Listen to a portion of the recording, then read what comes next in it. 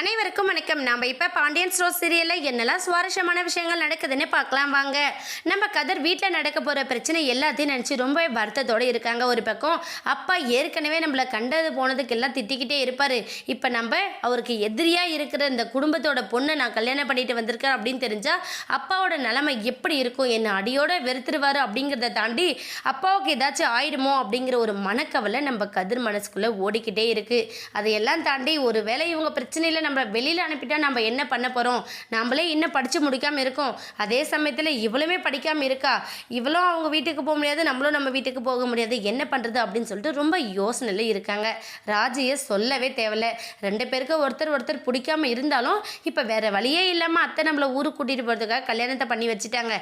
இதனால் வரக்கூடிய பிரச்சனை எப்படி ஃபேஸ் பண்ண போகிறது தெரியல அப்படிங்கிற மாதிரி அவங்களுக்குள்ளேயும் ஒரு பயம் ஓடிக்கிட்டே இருக்குது. ஆனால் நம்ம பாக்கியா என்ன பண்ணுறாங்கன்னா, நீங்கள் ரெண்டு பேரும் ஒன்றும் கவலைப்படாதீங்க, இப்போ நீங்கள் ரெண்டு பேரும் ஊருக்கு போகிறதுனால கண்டிப்பாக ரெண்டு வீட்லேயும் பிரச்சனை பெருசாக தான் இருக்கும், அதனால் நீங்கள் மனசு உடஞ்சிடக்கூடாது. ஏன்னா இப்போ கண்ணு முன்னாடி நீங்கள் இருக்கிறீங்க அப்படிங்கிற ஒரு சந்தோஷமாச்சு அவங்க மனசுக்குள்ளே இருக்கும்.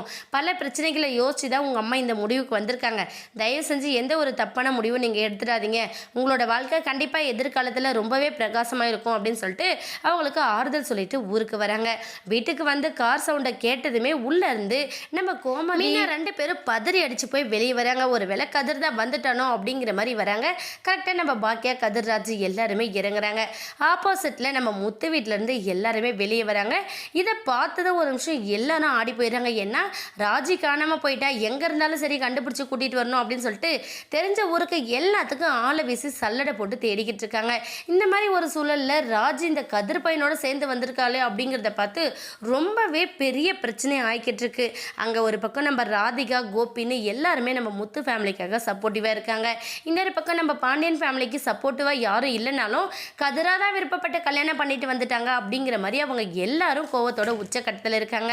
அப்போ மீனா கோமதியோட ரியாக்ஷனுக்கு பின்னாடி இருக்கிறது இந்த விஷயம் தானா, காலேஜ் விஷயமா வெளியில் போயிருக்கான்னு சொன்னீங்க, கடைசியில் எனக்கு ஆகாத எதிரியோட பொண்ணை கூட்டிகிட்டு வந்துட்டானே அப்படிங்கிற கோவம் நம்ம பாண்டியனுக்குள்ளேயும் அதிகமாயிடுச்சு. இதுக்கப்புறம் இந்த பிரச்சனை என்ன ஆக போகுது, அதை எப்படி நம்ம கதிர் ராஜ் ரெண்டு பேரும் சேர்ந்து ஃபேஸ் பண்ண போகிறாங்கன்னு வெயிட் பண்ணி பார்க்கலாம். இந்த வீடியோ உங்களுக்கு பிடிச்சிருந்தா மறக்காமல் நம்ம சேனலை சப்ஸ்கிரைப் பண்ணுங்கள். தேங்க்யூ.